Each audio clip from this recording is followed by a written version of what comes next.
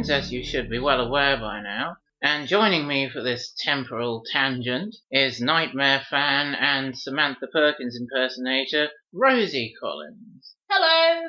If you've listened to the episode of Temporal Discussion entitled The Eye Shield Special, or perhaps The Eye Shield Issue 71, you may remember a story I told about finding out that Knightmare had ended by reading the Radio Times very late in August 1995, while I was in the car driving down the A29 in West Sussex. And the crux of that story was that I had a complete nervous breakdown on a place called Wigan-Holt Common. And congratulations to any of you geography nuts out there who spotted that this means we'd turned off the A29 at Cold Waltham by this point. In this temporal tangent, we thought it might be quite interesting to share with you another perspective on that story, a witness to that incident.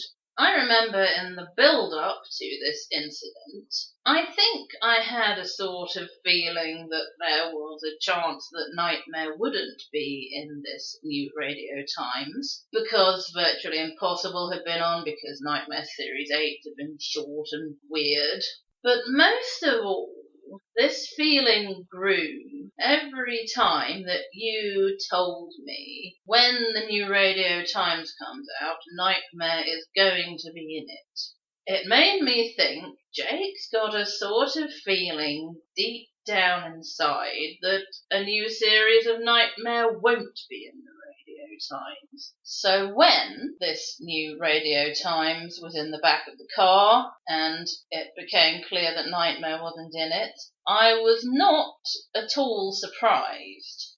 I was very surprised by the strength of your reaction, this nervous breakdown. I do remember you getting out of the car, lying down on the earthy, dusty, twiggy ground of Wigan-Holt Common, where you screamed and screamed and screamed and screamed, just this kind of primal screaming for a very long time. And I was thinking something like, good heavens, I wasn't expecting this. And I'm pretty sure our mum was thinking, how am I ever going to get him off this common and back to the Arran Hotel? And when you physically couldn't scream anymore, she persuaded you to get back into the car by saying, well, let's go back to the Arran Hotel and I'll phone up Anglia Television and find out what's going on. So after that, there was still that little slight ember of possibly hope that they might say,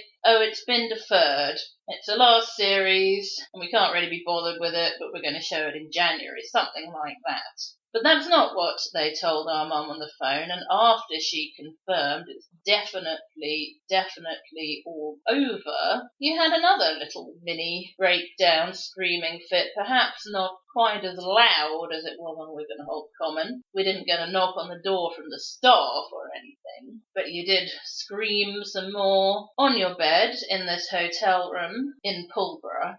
I do remember watching our mum on the phone in the hotel room, speaking to someone at Anglia Television, and when she got to the stage of nodding acceptingly and saying, oh yes, oh yes, that was the very final thread of hope that Knightmare was ever going to be back on the telly with new episodes, severed. We were talking about just how much hope I actually might have had that Knightmare was going to be in this issue of the Radio Times. You outlined there, as I did on the original iShield podcast, the two main reasons to suspect that Knightmare wasn't going to return for its 9th series, that being the shortened 8th series and the advent of Virtually Impossible, obviously intended as some kind of successor. But there was a very real sense of hope in me that Knightmare might be there in that Radio Times because there were a couple of signs that it would be, or at least it could be. Actually, another quite discouraging sign is the closing scene of Series 8. In every other series of Knightmare, the final thing in the main narrative of the last episode is Treguard pretty much promising us a new series next year. from when the fire burns, the nightmare returns, to when it opens, I'll be waiting. Just don't disappoint me. Who's disappointing whom, Treguard? That's my question there. But at the end of Series 8, Treguard doesn't do that. He picks up a spyglass to talk to Lord Fear, and what do you then say? Scornfully. That makes me fall about laughing. It's not a telephone. And the very last line on Knightmare is Lord Fear saying, screaming, "What me surrender? You must be absolutely out of your tiny mind." Which is always stuck in my craw. So yeah, unusually Treguard did not promise or half promise a new series there, but there were a couple of signs in Series 8 or after Series 8 that a 9th series was on the cards. The first example is rather tentative. In episode 8 of Series 8, Lord Fear says, "There's hardly time for the little beasts to complete another quest," and let's not get into why he's saying that, before the path closes for another year. That's promising a 9th series, but it's kind of a fragile straw to clutch at. You could very easily, and they did very easily, slip that in as a line without knowing that it was true. But the main thing, I think, giving me hope was the fact that after Series 8, Episode 10 was broadcast on CITV, which was a crushing experience for me, the very first thing that came up on screen after produced by Tim Child and an empty portrait signifying who's going to be in the next winning Knightmare team, there was an address card saying if you would like to appear as a contestant on a future series of Knightmare, get in touch with Anglia Television. That's a good joke. Which proves, at least at that stage, there was some chance that Knightmare was going to return for a 9th series. And, indeed, I don't want to say it nearly did, but there was a definite chance that it would. I believe that in about 2 parallel universes out of every 5, when I am sitting in the back of the red Escort on the A29 on the outskirts of Pulborough on that day, I turn to Friday at 4:40 and it says Knightmare. The medieval fantasy game show starring Hugo Myatt and Jackie Suarez returns for a final 10-part series. As we know from Nicholas Lamb's impressive efforts to get the Knightmare website up and running in 1999, Tim Child was, at some point early in 1995, presented with the choice. Would you like to make one final 10-part series of Knightmare and then leave us alone forever? Or would you like to make more Virtually Impossible indefinitely and we'll see how it goes? Of course, as we know, and as it turned out, indefinitely did include not at all in that case, because they backed out of it after Tim Child chose Virtually Impossible. But as I've said before, possibly not on this podcast, but certainly on my own commentaries, I do think it's a very understandable decision that Tim picked Virtually Impossible for his own televisual future, but of course we know he hadn't got one. Every time I put a Hitchhiker's reference in this podcast, it gets cut. Although, congratulations to any of you who spotted that I did sneak one into my previous Temporal Tangent when I said that Treguard's niece Faye was, in fact, rescued from Veston's attack on Dun's Helm. So there's another attempt to prove to you that I know the Hitchhiker's Guide to the Galaxy just as well as any Martin. I was speculating to you the other day, perhaps if Tim Child had picked Knightmare rather than Virtually Impossible in that case, CITV would have been less likely to back out of it. I mean, that's pure speculation, of course. But Knightmare was a long-established show. It was kind of on a rolling yearly schedule anyway. It may have been more effort to stop it after saying, yes, you can have final 10 episodes, than actually to go ahead and make those final 10 episodes and then wrap up. And wouldn't that have made a very different situation if Tim Child had said, I'll go for Knightmare, thanks for 10 years of work? I think there's a very high chance that when I had opened the Radio Times there, I would have read about the final 10-part series. I'd have been able to come to terms with that well enough, and that emotional breakdown scene that you described never would have happened. In fact, I do think the way that you described it does illustrate how it is the culmination of a compounding load of horrible things that my 11 and 12-year-old brain was trying to come to terms with during 1994 and 1995. I think everything was building up to those primal screams you mentioned. Nice light-hearted bit of chit-chat this, isn't it, listeners? But I think it also does illustrate just how ingrained my love for Knightmare was, and what a keystone to letting everything crumble around it the end of Knightmare was. I mean, obviously, during that time, you were only 8 to 10. You were terribly upset and traumatized by what was happening with our grandmother, our house being on the market. You weren't perhaps so much affected as I was by my starting secondary school and Rainbow Comic coming to an end.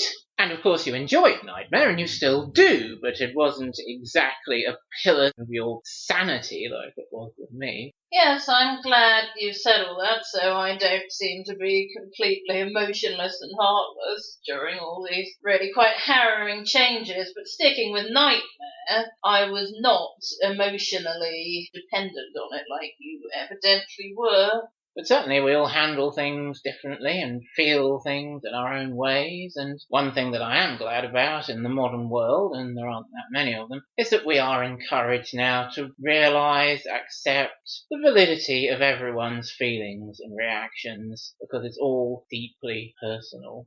So there we are. Hopefully you found some or all of that interesting. I thought it was quite interesting. I think it's been very interesting over the past few days to talk about it, because we never have since it happened. And it has been interesting to get it all on record. And so that's all from us for now. But we do want to say to you, so long. And thanks for all the fish. And if you haven't enjoyed our little reminiscences, don't let it worry you too much, for surely it's all been merely an illusion. Hasn't it?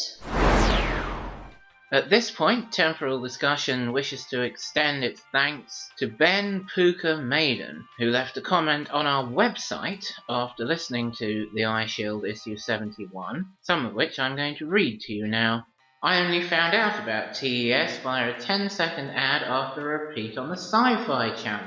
Interesting, Ben, because that does prove that the elusive TV advert definitely did happen, and that it did gain the Eye Shield at least one regular, loyal reader. So there you are, Paul. It was definitely worth doing. My own story as to how I found out about the end of Knightmare is different from the three of you. I applied to audition for Series 9. I would have been almost 11 in the summer of 1995. As an applicant, I got the fabled bright blue letter spelling doom a few months later. It did promise to keep my team in mind for the next series of Virtually Impossible, which was then also shelved. I made an excited call to my best friend immediately, telling him we'd been shortlisted for Virtually Impossible, while not realising this meant no more Knightmare.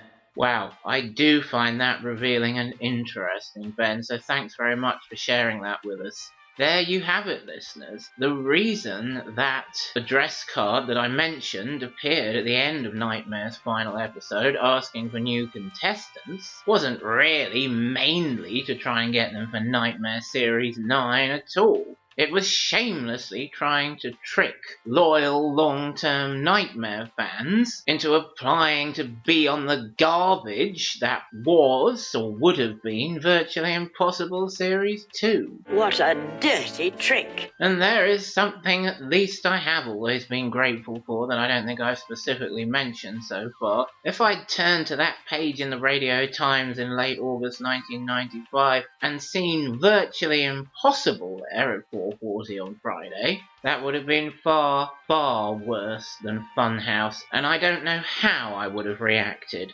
I must admit, I have always found the fact that Virtually Impossible did not get a second series a consolation for the fact that Knightmare did not get a 9th series.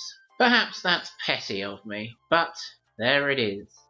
Next we have a bit of conversation that I cut from Series 5, Episode 2. And anyone who's used to my particular style of editing by now might well listen to this and think, that's strange. That's the sort of thing that Jake normally likes to keep in. Well, yes, it is. And in many ways I did want to keep it in, but unfortunately the whole thing stemmed from an erroneous assertion about a Knightmare location. So obviously I couldn't leave that in, and thus what followed it wouldn't really have fitted into the logical flow of the podcast. However, I did think, well, that'll be worth putting in a temporal tangent at some point, and that's why you're going to hear it right now. By the way, is anyone else rather missing Samantha Perkins in this season? It's not necessarily because of Gundrada, but I do think Malice would have added some spice to proceedings at times in these quests. I have always loved Gundrada, so I'm very much missing Samantha Perkins. Okay. As, you know, a girl who wanted to wave a sword around, she was very much a sort of liability of an inspiration, but an inspiration nevertheless. I have to keep telling myself that she's not a viable LARP character because I have neither a broadsword nor armour. If she's a sword maiden, why does she sound like she comes from St. Trinian's High School? I got a friend who was on one of the audio plays with me called Claire Speedy, and she always referred to Gundrada as having the Jolly Hockey Sticks voice. She does. I think that's right. It's an excellent description, that. It is. It's very good. I would love to see a fight between Gundrada and Scarkill, just for instance. I think that would be awesome. That'd be an awesome set piece, that. Yeah. Oh, well, some things are just not going to happen, unfortunately. Don't think it's going to happen now. I think we might be a little bit late. I think we've left it a little bit late.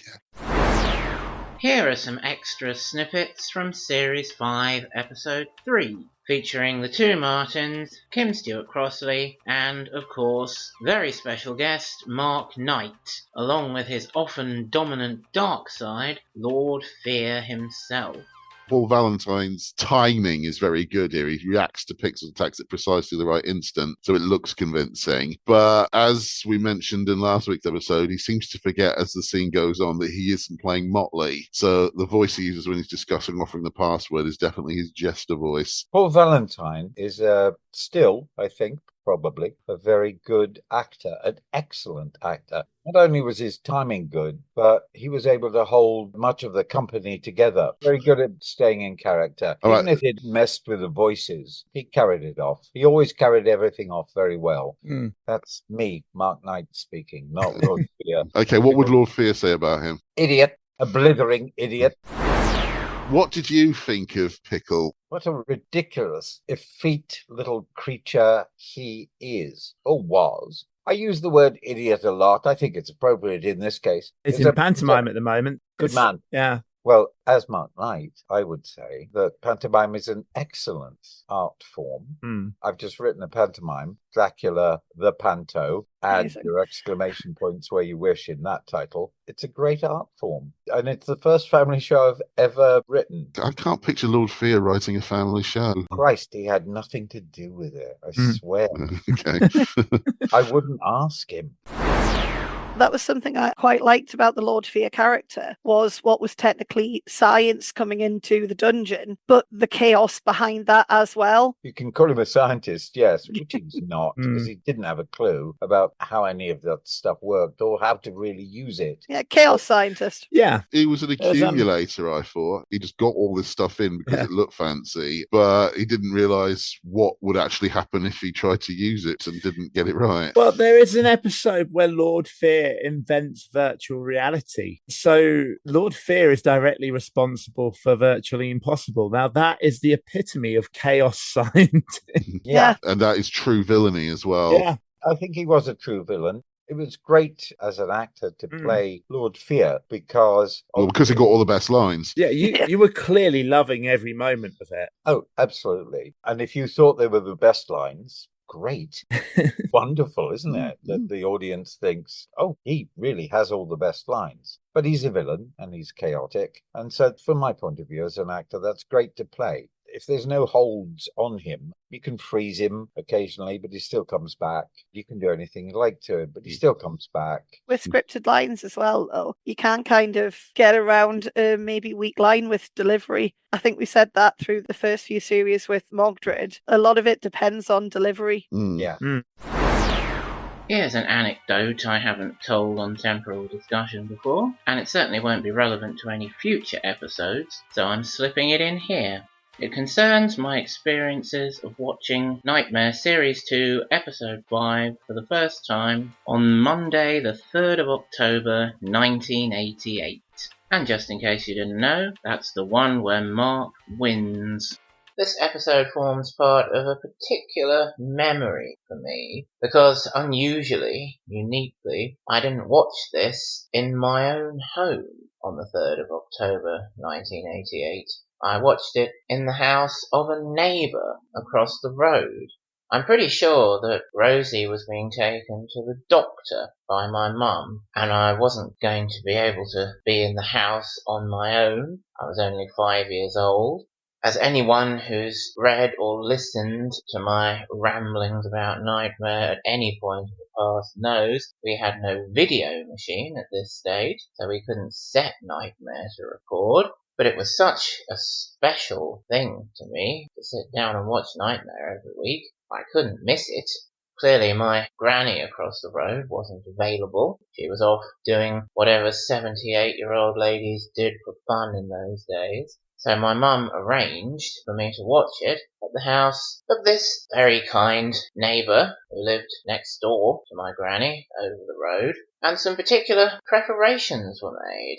This neighbour shooed her own children out of the living room, or at least her son. The daughter must have been little more than a baby at the time, and there was a second daughter who came along at some point, but she definitely wasn't around at this point. And I was left alone in the living room to watch Knightmare, and I was given something to eat. I expect my mum had provided it. And this very kind neighbour was even heard to say to her son at some point, "No, of course you can't go in the living room. Jake's watching Knightmare," or words to that effect, which I thought was a very admirable sentiment. Of course, it's very typical of fate to try and stop me watching the first ever winner on Knightmare. So that's always been a particular memory for me, sitting there in the neighbour's house watching Knightmare. A unique experience, and a memorable one. Now, for your enjoyment, a few bloopers. Most, but not all, of which come from the conversation between me and Rosey that you listened to very recently. Oh, dear. Oh, what was I saying? I don't know. What were we laughing at? Oh, a crushing experience, yes. A 50-50... An ultimate... Yes, okay. I don't know, I ain't got a clue. Perhaps I won't put that in there. I can't really remember. Which has always struck in my core. Which has always struck in my core. I can't say it. Every time I put a hitchhiker's rifle. As we know from Nicholas Lamb's sterling efforts to get the Knightmare eyeball, Two scrolls, a red gemstone, a necklace, and 2 scrolls. Wow, 4 scrolls altogether. As I say, lots of painkillers. And that's all we've got for this episode. If you've enjoyed the podcast, please give us a rating and review on your platform of choice. It really helps us to grow our audience by reaching others who might be interested. You can follow us on Blue Sky at nightmarepod.bsky.social, and our Mastodon is topspicy.social/@nightmarepod. We're also Knightmare Pod on Threads and Twitter, and our Instagram is Temporal Discussion, all one word. If you want to support the podcast, we're Knightmare Pod on Patreon. Speaking of Patreon, here's a shout out to Keepers of the Book of Quests, David N. Rabbit, Paul McIntosh, Peter Pulsford, and Scott Evans. Advisors Benjamin Bloom, David Thompson, Kim Harder, Kim Stewart Crossley, Lord Entropy where the O is a 0, Paul Cruddy, Peter Sidorn, and Pig Venus. And let's not forget Dungeoneers Peter Corridge, Dan Heath, and Adam Battersby. Support us on Patreon at Dungeoneer level or above to get your name mentioned on the podcast. Higher level perks also receive merchandise, have access to exclusive episodes, and if you pledge as the Keeper of the Book of Quests, we'll even offer you the chance to be a guest on the podcast. Our website is nightmarepod.co.uk. If you're looking for Temporal Discussion merchandise, including t-shirts, stickers, and other products, it's at nightmarepod.redbubble.com. You can email us at podcast@nightmarepod.co.uk. And just keep telling yourself. It's only a podcast, isn't it?